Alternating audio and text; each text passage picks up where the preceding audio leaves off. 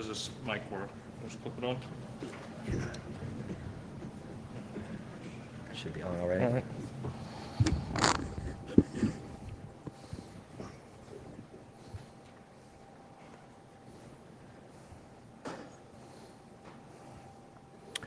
All right, and now for something completely different, with apologies to Monty Python. So this talk is really going to be about the central role that compilers can play in the efficient execution of spiking neural networks on emerging neuromorphic architectures. And up until now, neuromorphic computing has largely been the domain of computational neuroscientists. But with the emergence of actual silicon, this topic may now be of interest to the broader PLDI community. So in this talk, I'm going to try to convince you that spiking neural networks can be a powerful new computational model, and that neuromorphic architectures are interesting because compilers can now play a central role in making SNNs performant. So what's on the agenda? I'm first going to talk about spiking neural networks as a new model of computation. This part of the talk is going to be a bit of a crash course, but the larger goal to keep in mind is we want to show why we're motivated to study SNNs in the first place. But once we have that appreciation, we can then ask the more relevant question, namely, how do we build machines that perform SNN computations? And I'll talk about our new neuromorphic test chip called Loihi, which we recently released. And I'll give a quick overview of its design, focusing in particular on its on-chip learning features. Then finally, with an understanding of both the computational model and a neuromorphic architecture, we can then talk about how compilers can play a central role in making SNNs power efficient on Loihi. So that's the arc of what I'll be talking about today, and so let's start with the first item. All right, so let's characterize what we're talking about. A spiking neural network, or an SNN, is a computational model that is comprised of a set of parallel computing units, which we call neurons, that are connected to each other over weighted edges, and that are all synchronized according to a global logical clock. All right, neurons have local memory, which is used to keep local state, and the dynamics, or the way in which each neuron's local state evolves, is governed by local rules that execute independently and in parallel across the neurons. Now, neurons communicate with each other via only one-bit spike messages, right? So either on or off. Typically, a neuron receiving input spikes will adjust some internal state variables, and when these variables reach some threshold, the neuron will then be triggered to output a spike of its own. This is inspired by how biological neurons work, right? So in this toy example here, we have two neurons, A and B. A is receiving some input stimulus at some rate, right? The spikes are coming in at some rate. That will modify some internal parameters, some internal state of A, causing it to spike at some other rate, for instance. And similarly, B receiving these spikes may modify its own internal state to output at yet another different rate. Now, on the surface, SNNs can seem similar to traditional artificial neural networks. And in fact, we use some of the same vocabulary and terminology to describe similar entities in both regimes. But the astute observer will see two key differences. First and foremost is the entirely local operation of the neurons, right? One neuron requires no knowledge whatsoever about the internal state of another neuron to do its own update, right? This is in contrast to, say, backprop in traditional neural networks, which requires global memory access. Second, the intrinsic incorporation of time into the formulation lets us take an ensemble of neurons in an SNN and consider the collective dynamics of the state evolution as a nonlinear dynamical system. It turns out that it's possible to converge these systems to stable fixed points, and in doing so, we can actually perform useful, non-trivial computing tasks. Why is it not advancing? All right, so here's an example of a well-known non-trivial computation task called the lasso that SNNs can actually solve. Right, this is useful, for example, for a category of feature extraction problems in machine learning known as sparse coding. I should note that this material is borrowed from my colleague Zhonghan Lin. And for those interested in the details and in the convergence proofs, please see those papers that are linked below. Now, the lasso basically minimizes this energy function to solve for a sparse x, right? And by sparse, I mean that the vector x has only a few non-zero elements. Now, traditionally, this lasso problem is solved by using numerical methods. But there's an SNN that can produce an equivalent solution. We construct it by interpreting y, the elements of y, as individual neurons in an input layer with the value of the coefficients of y equal to the spiking rate output of each of these neurons. Right? Now, this input layer is fully connected to an output layer, each of the neurons of which correspond to an element in x, and whose output rate also corresponds to the desired output rate, the desired coefficient value in the final solution of x. So here's an example of what happens in such a system for a toy example where we only have 4 output neurons in this output layer. You can see that the internal state of each neuron, shown in blue, updates over time, and when the internal state reaches some threshold, the neuron will spike. That's shown in red. Right? And you can see that over time, this system rapidly converges to the sparse solution, meaning that only a few of these neurons, namely neuron 1 and neuron 4, are actually emitting any spikes, and the rate at which they're spiking actually corresponds to the coefficient of the solution vector of x.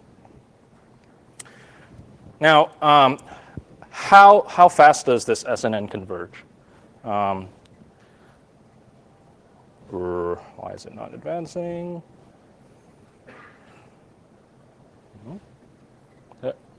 Okay. How well does this converge? It actually converges quite fast, right? So here you see the solid line is the SNN convergence, and the dotted line here is FISTA, which is the state-of-the-art numerical method for solving lasso. In particular, we can see that we can get to a pretty good solution with very few spikes, on average 0.05 spikes per neuron. So now that we have a sense of what an SNN can do, I know that was a crash course, but now that we have a sense of what an SNN can do, it can solve non-trivial compute tasks, right? Let's turn our attention to how we actually instantiate an SNN onto a neuromorphic Manycore processor like Loihi. Right? Naturally, this is handled by our tool chain, which is organized in a way that should be pretty familiar to you already. SNN programmers will specify their network parameters using a high-level Python API. And the Loihi compiler takes this Python program as input, does some pre-processing like network validation, maybe some network transformations, like graph transforms, and it then performs resource allocation. Right? In this phase of compilation, the network graph may be partitioned across multiple cores in Loihi, depending on the available resource constraints. This produces a neuron-to-core mapping, which is then used to generate a binary executable that writes the proper network parameters into the various register tables on each core. And once the cores have been so configured, all that's left to do is to press a go button and let this dynamical system run its course and get to its stable fixed point. All right. Now, this tool chain may seem pretty standard, but if we dig a little deeper, we'll find that what makes this interesting is having a compiler support for Loihi's on-chip learning features. And to understand that, let's try to derive some intuition about how learning actually works in an SNN. Right? And as I mentioned before, learning boils down to adjusting the edge weights in response to spike patterns. Right? The magnitude and direction of these adjustments result from the execution of local learning rules, which are functions of input and output spike timings at each neuron. And now there are many such rules. Some are very complex. But one simple, well-known rule is called SDDP, which is a basic formulation of Hebbian and anti-Hebbian learning. Here, we're going to consider two neurons, I and J, with a weight, a synapse weight between them, W. I'm going to introduce the term synapse, which is equivalent to the inbound edge to J, right?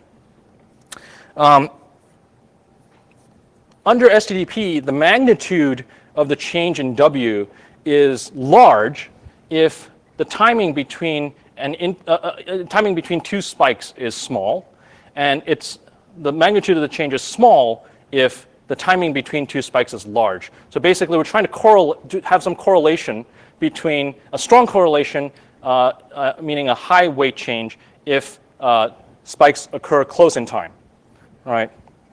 And the direction of the delta W, the change in W, is dictated by the ordering of the spikes. So if I get an input, if J gets an input before it sends out an output, then I increase W, right? Conversely, if J sends an output before it receives an input, then it'll decrease W. Now, this kind of weight adjustment thing is largely how local learning rules work. But the important thing to note here is that implemented naively, local learning requires each neuron to independently track its input and output spike histories, right? And this approach is clearly infeasible in hardware. And so an important part of the design of Loihi is handling this bookkeeping in a more efficient manner. Now, a better way of keeping track of the input and output spike times is to use something called a trace, which is just a single variable that is decayed over time, right? A trace's value will be incremented by some fixed amount on each spike event, and then it gets, for example, exponentially decayed over time according to some tunable decay constant. Now, if you recall in the SDDP learning rule from the previous slide, an input spike that arrives just before an output spike is emitted causes a large weight increase, but one that arrived a long time ago would have only a small effect, and that's captured in this exponential decay behavior. For this to work, we have to maintain a trace for each inbound edge, each synapse to a neuron. And so logically, we would then need to have one input trace for every synapse, right? We also have to keep track of outbound spikes, and we use traces to do that as well, but this is done one output trace per neuron. All right, so with this idea of decaying traces, we've kind of obviated the need to explicitly log each and every spike event that occurs. And in the general case, and for general topologies, one neuron may be the source for multiple destinations. And in this case, we can kind of consolidate tracking of the individual traces for each of these synapses into a data structure abstraction called an input map, right? So all of these destinations now share this trace because it comes from a single source. Now, there are two reasons why we're talking about traces. First is because we can express arbitrarily complex learning rules as functions of traces. And second, they serve as a key element to Loihi's hardware design. So here's Loihi. You probably can't read that, but that's okay because I'm just going to keep this very short. So Loihi is a neuromorphic processor. It's capable of executing arbitrary SNNs of some significant size, and also allows researchers to explore different learning rules by way of a programmable microcode learning engine. So you can read the paper that's here below for like the real nitty-gritty details of the actual architecture. But for our purposes, it's enough to understand that each core is basically a collection of register tables. And these register tables store the various state variables of neurons and synapses. And the two main tasks for each core that each core performs is the processing and routing of spike messages and the updating of these state variables. All right, so at each logical time step during the execution of an SNN, each neuron state in that SNN is updated, right? For instance, decayed decaying those traces or executing these learning rules to modify weights.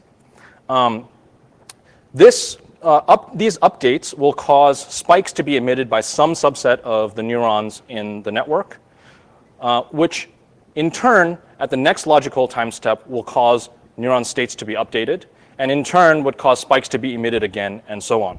And so that's kind of like, in broad strokes, how the neuromorphic architecture works.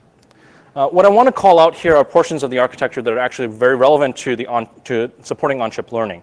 And this is perhaps the main feature that sets Loihi apart from previous neuromorphic architectures. First, we have this thing called the synapse map, which is a variable for which each entry is a variable length list of destination neurons and the associated weights. And we also have an input map, which we've already talked about, for which we have, which is primarily for routing spike messages via these map entries that point to the destinations, and an associated trace entry which stores the trace value that we've been talking about. All right. Now, when we partition a network that's too large to fit onto a single core, this input map becomes a very pivotal resource constraint because there's only a limited number of map and trace entries that can fit into this register table. Now, traditionally in high-performance computing, for example, we partition a computation graph across multiple processors in such a way that minimizes the number of edge cuts that keep the occupancy which keep the occupancy of the processors roughly the same, right? And this is done to minimize latency and to maximize throughput. This is the classic K-way balanced graph partitioning problem. But this is not actually the optimization objective for Loihi. So instead, we want to optimize for power because there's a real chance that SNNs can do learning in a much more power efficient way than traditional methods. And to optimize for power, we focus on ops rather than I/O because spikes are already, we showed before, they're relatively infrequent. And more importantly, the cost of spending a single spike is actually an order of magnitude less than doing a trace update at every single logical time step. All right, let's go through a basic example to get an understanding of how partitioning affects ops. Right, so here we have a network that's an arbitrary network of 13 neurons. And suppose we have 3 cores, each of which can fit 5 neurons. Right, how do we partition this? Well, we can do this edge cut, which is the K-way balanced edge cuts, right, and which puts these neurons on core 1, these neurons on core 2, and these neurons on core 3. And let's look at neuron A, right? A is connected to C and D. Because C and D are not co-located on the same core, we actually need to allocate 2 trace entries to keep track of the spikes that are coming out of A, right? Similarly, for B, the same similar subgraph, we also have to allocate 2 trace entries here. And we can follow the same logic and allocate trace entries for the rest of the neurons. The total number of trace entries that we're showing that we're going to be allocating here then is 6, right? And this actually turns out to be suboptimal because we're actually duplicating the work that needs to be done by updating 2 separate copies of the same trace value, right? So A needs to update. So for every spike that comes out of A, we have to update T1 and T2. All right, so let's consider a different edge cut or a graph cut if we don't care about the number of edge cuts. Right? In this case, we can co-locate C, D, and E all on core 1. A outputs to C and D, which can be tracked by one trace value, one shared trace value between C and D. And similarly, B can do so for with one trace value, T2, for its destinations, D and E. So here we have 4 trace entries allocated. And here we have 6. And what's the main takeaway? The main takeaway is that if you're injudicious about how you place your neurons, right, how you do this cutting, you can really screw up your power. Right? Here, in this case, in this simple case, we've done better by we've done worse by 50% by doing this bad allocation. All right, so this motivates us to think of how we're doing the compiler. right?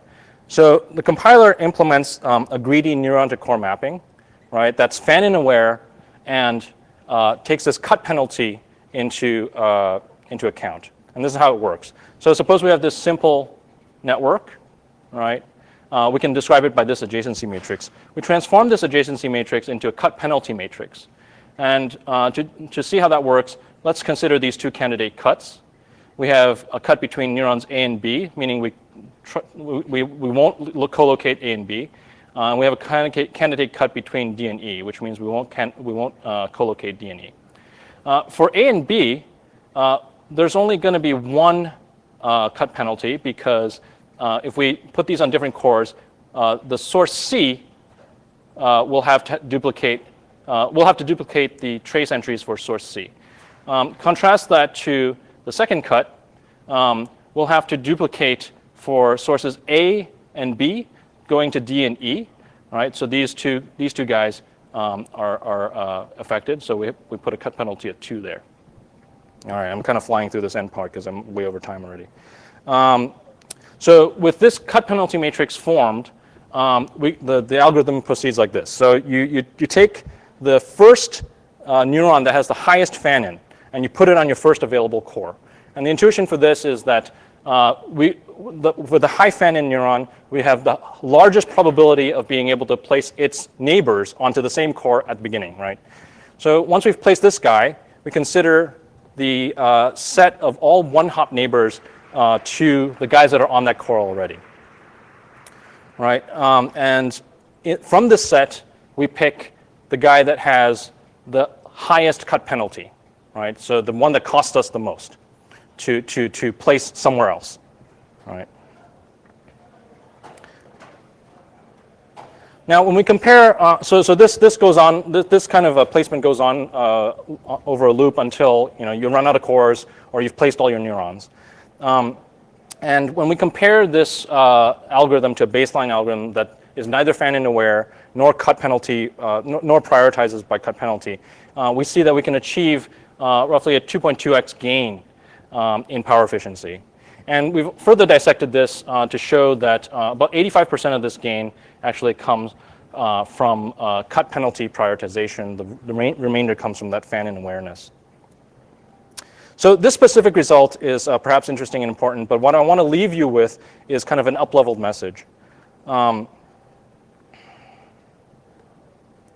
What I'd like to do is kind of to hold up this work as an example of the opportunity for the PLDI community to have lasting and significant impact on the direction and advancement of neuromorphic computing.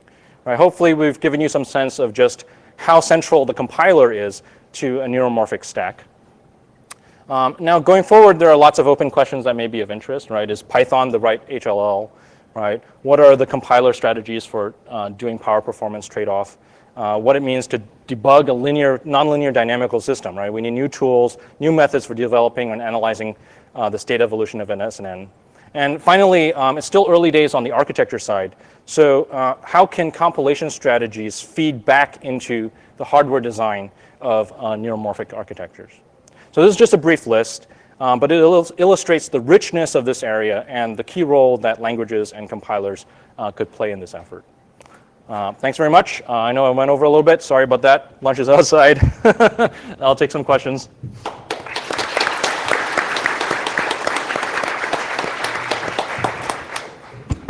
We have time for a couple quick questions. Please state your name when you ask a question. Okay, Chen, the University of Rochester. It's very interesting. I found the trace allocation problem novel and highly interesting. But speaking completely as an outsider, I wonder whether you would comment on the difference in timing. You're designing a digital circuit, but the brain real neurons, it's continuous time. So in particular, in the slide you showed, when you look at the gap between neuron firings, this little w, is that discrete or continuous? The W is the weight. I think you're talking about the timing between the spikes. Yeah. So Loihi is an asynchronous chip. So we run on this global logical clock, right? And that's the granularity of the timing. So how about placing a trace in a single core and fan out to multiple other cores? So have you considered that?